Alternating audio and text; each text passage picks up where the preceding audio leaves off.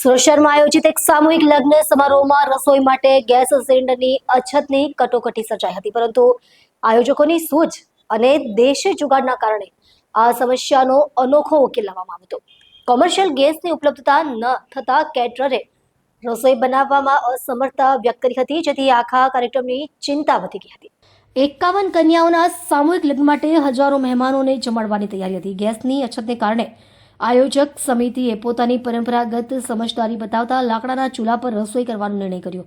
આ માટે ગ્રામ્ય વિસ્તારોમાંથી લગભગ 2000 કિલો જેટલું લાકડું મંગાવવામાં આવ્યું હતું। આયોજકો દ્વારા જણાવવામાં આવ્યું કે પરંપરાગત લાકડાના ચૂલા પર દૂધીનો હલવો, દાળ, ભાત, પૂરી અને અન્ય શાક જેવી વાનગીઓ ધામધૂમથી તૈયાર કરવામાં આવી હતી।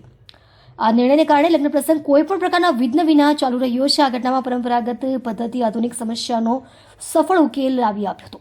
ભાઈ અહીંયા મારું નામ અમરસિંહ રાજપૂત છે। હું ઉત્તર ભારતીય સમૂહ વિવાહ સમિતિનો ટ્રસ્ટી છું। શું કહેશો કે ગેસના બાટલની અસર વચ્ચે એક સમૂહ લગ્નનું આયોજન? અમેરિકા અને ઈરાન વચ્ચે યુદ્ધ ચાલે છે, એ બધા આખા દેશને ખબર છે। તેવી પરિસ્થિતિઓમાં કોમર્શિયલ બાટલાની અછત છે, અને એ સમાચાર અમને 10 દિવસ પહેલા જ્યારે કેટરિંગ વાળા આપ્યું કે ભાઈ અમારી પાસે બાટલા નથી, બાટલા લાવશો તો જ તમારું જમવાનું બનશે, અન્યથા તમે પ્રોગ્રામ માટે બીજો વિકલ્પ શોધો, ત્યારે અમે આ સમાજની મિટિંગ બોલાવી અને સાંસદશ્રીનો સંપર્ક કર્યો।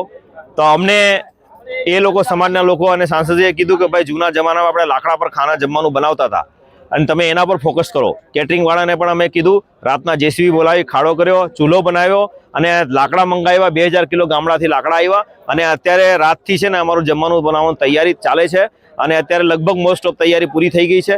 હાલ પૂરી ખાલી કાઢવાની બાકી છે, એટલે આ આપદાને અવસરમાં અમે પરિવર્તિત કર્યું છે।